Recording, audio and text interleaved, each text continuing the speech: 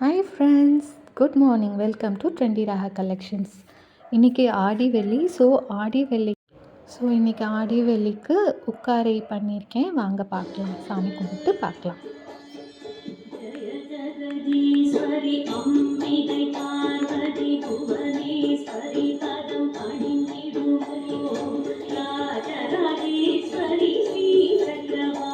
பால் காய்ச்சி coffee குடிச்சிக்கலாம்.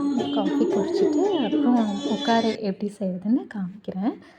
Filter coffee தான். Filter டிகேஷன் ஊற்றிட்டு, சர்க்கரை போட்டு ஃபில்டர் டிகேஷன் ஊற்றிட்டு பால் ஊற்றுனா காஃபி ரெடி. இன்னொரு நாள் நான் ஃபில்டர் காஃபி ரெசிபியே நான் அப்லோட் பண்ணுறேன். ரொம்ப நல்லாயிருக்கும். ஃபில்டர் காஃபி குடித்தா தான் எனக்கு குடித்த மாதிரி இருக்கும். பொதுவாக ஃப்ரைடேனாலே எல்லா லேடிஸ்க்குமே ஹாப்பியாக தான் இருக்கும். ஆடி வெள்ளி வேறு. ரொம்ப ஹாப்பியாக இருந்தது. காலையில் ரொம்ப எனர்ஜியாகவும் இருந்தது. நம்ம இனி காஃபி குடிச்சிட்டு நம்ம ரெசிபி எப்படின்னு பார்க்கலாம். வாங்க பார்க்கலாம், ரெசிபி பார்க்கலாம். நம்ம இப்போது உட்காரை செய்கிறதுக்கு அரை கப் அளவுக்கு பாசிப்பருப்பு எடுத்துக்கலாம். பிரசாதம் செய்கிறதுக்காக நான் இன்றைக்கி இது பண்ணினேன், ஸ்வீட்டுக்காக. அரை கப்பு போதும். அரை கப்பு பருப்பை எடுத்துகிட்டு ஒரு பேனில் ஆட் பண்ணிவிட்டு அதில் கொஞ்சமாக வாட்டர் ஃபஸ்ட்டு வாஷ் பண்ணிக்கோங்க. வாஷ் பண்ணிவிட்டு அதுக்கப்புறம் தேவையான அளவு தண்ணி ஊற்றி வேக வச்சுக்கலாம்.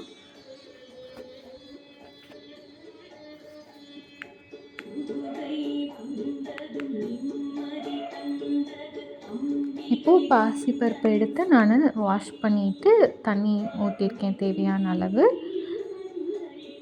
இனி வேக வச்சுக்கலாம். மீடியமில் வச்சு வேக வைங்க. பாசிப்பருப்பு வேக வைங்க. இந்த சைடு நான் சாம்பார், சாதம் எல்லாமே மார்னிங்னால் செஞ்சிட்ருக்கேன். பருப்பு வெந்துருச்சா அப்படின்னு அப்பப்போ எடுத்து பார்த்துக்கோங்க. கீழே அடி பிடிக்காமல் இருக்கணும். அப்பப்போ கிளறிக்கோங்க. இப்போ பாதி வெந்திருக்கு, இன்னும் வேகணும். அது வேகட்டும். நம்ம அதுக்குள்ளே ஒரு பேனில் கொஞ்சமாக கீ ஆட் பண்ணிக்கலாம். ஒரு 2 டேபிள் ஸ்பூன் அளவுக்கு கீ ஆட் பண்ணிக்கோங்க.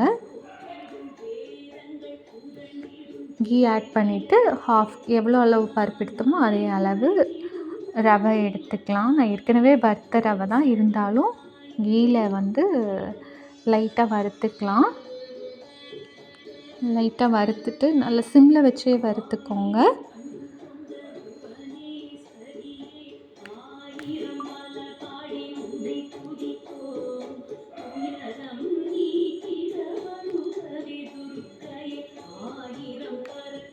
இனி நல்லா வறுத்துட்டு அதில் நம்ம வேக வச்ச பருப்பை ஆட் பண்ணுவோம். பருப்பு நல்லா வெந்துடுச்சு. பருப்பு ஆட் பண்ணிக்கலாம். அதிலேருந்து தண்ணியையும் ஆட் பண்ணிட்டேன். அதான் ரவைக்கு 1 டம்ளர்னால் 3 டம்ளர் அளவு, 3 அளவுக்கு எடுத்துக்கலாம். நான் 3 டம்ளர் அளவு அதில் தண்ணி இருக்கும், அந்த அளவுக்கு ஆட் பண்ணியிருக்கேன். இப்போது அதிலையே சிம்மில் வச்சே மிக்ஸ் பண்ணுங்கள். தண்ணி சூடாக இருக்கனால சீக்கிரம் ரவை வெந்துடும். இன்னும் கூட கொஞ்சம் தண்ணி நான் ஆட் பண்ணுறேன். அதான் 3 டம்ளர் அளவு இருக்கணும். நான் 3 டம்ளர் அளவு எடுத்திருக்கேன். உங்களுக்கு எந்த அளவு தேவையோ அந்த அளவு ஊற்றிக்கோங்க. வெல்லம் 1 கப் அளவு நான் எடுத்திருக்கேன். அதே கொஞ்சம் சர்க்கரை கம்மியாக இருக்க மாதிரி வெல்லம் ஆட் பண்ணுவோம். நீங்கள் வேணும்னா இன்னும் கூட வெல்லம் எடுத்துக்கோங்க. இல்லை போதும் அப்படின்னா 1 கப் அளவு எடுத்துக்கோங்க. அதனால ரொம்ப தண்ணியாக போயிடக்கூடாது. வடிகட்டுறதுக்காக தண்ணி தேவையான அளவு இங்கே பருப்பு எடுத்துக்கலாம். பருப்பு ரவையும் வெந்துட்டுருக்கு. இது நல்லா வேகட்டும். அந்த சைடு வெல்லத்தை தண்ணி ஊற்றி காய்ச்சிட்ருக்கேன். மண் எதுவும் இல்லாமல் இருக்கிறதுக்கு வடிச்சிக்கலாம். அதனால் இங்கே பருப்பு வெந்ததுக்கப்புறம் பருப்பு ஏற்கனவே வெந்துடுச்சு. அந்த வெள்ளை ரவையோடு சேர்ந்து நல்லா வெந்து வரட்டும். வெந்து வரும்போது நம்ம அந்த வெல்லத்தை எடுத்து இதில் ஆட் பண்ணிக்கலாம்.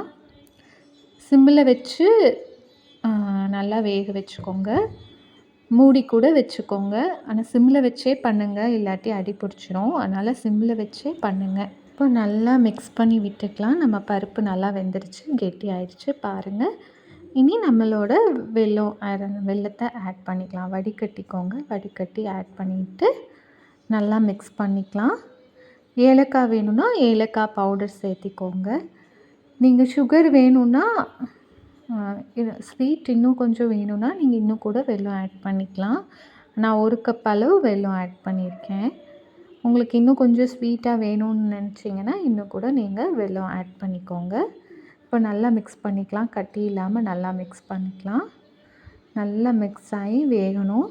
திரும்பியும் இதை நல்லா மிக்ஸ் பண்ணிவிட்டு சிம்மில் வச்சு வேக வைக்கலாம். அந்த வெல்லம் ரவையோட பருப்போடு சேர்ந்து வெந்து வரணும். அப்போ தான் நல்லாயிருக்கும். நான் நெய் அப்போ ஊற்றுனது அதுக்கப்புறம் ஊற்றலை. உங்களுக்கு வேணும்னா நீங்கள் நெய்யை ஆட் பண்ணிக்கோங்க. நான் போதும் அப்படின்ட்டு நெய் அவ்வளோதான் ஆட் பண்ணினேன். உங்களுக்கு வேணும் அப்படின்னீங்கன்னா நீங்கள் இன்னும் கூட நெய்யை ஆட் பண்ணிக்கலாம். ஸோ நம்மளோட உட்காரை ரெடி ஆயிடுச்சு. இனி சாமிக்கு வச்சுட்டு நம்மளும் சாப்பிட்டுக்கலாம். இன்றைக்கி என் ஹஸ்பண்ட்க்கு சாப்பாடு, சாம்பார், அரைச்சி விட்ட சாம்பார், ரசம், அதுக்கப்புறம் தயிர், பொரியல், முட்டைக்கோஸ் பொரியல் இதான் இன்றைக்கி லஞ்சுக்கு கொடுத்து விட்டுருந்தேன். உட்காரையும் கொடுத்து விட்டுருந்தேன். இந்த வீடியோ உங்களுக்கு பிடிச்சிருந்ததுன்னா லைக் பண்ணுங்கள்,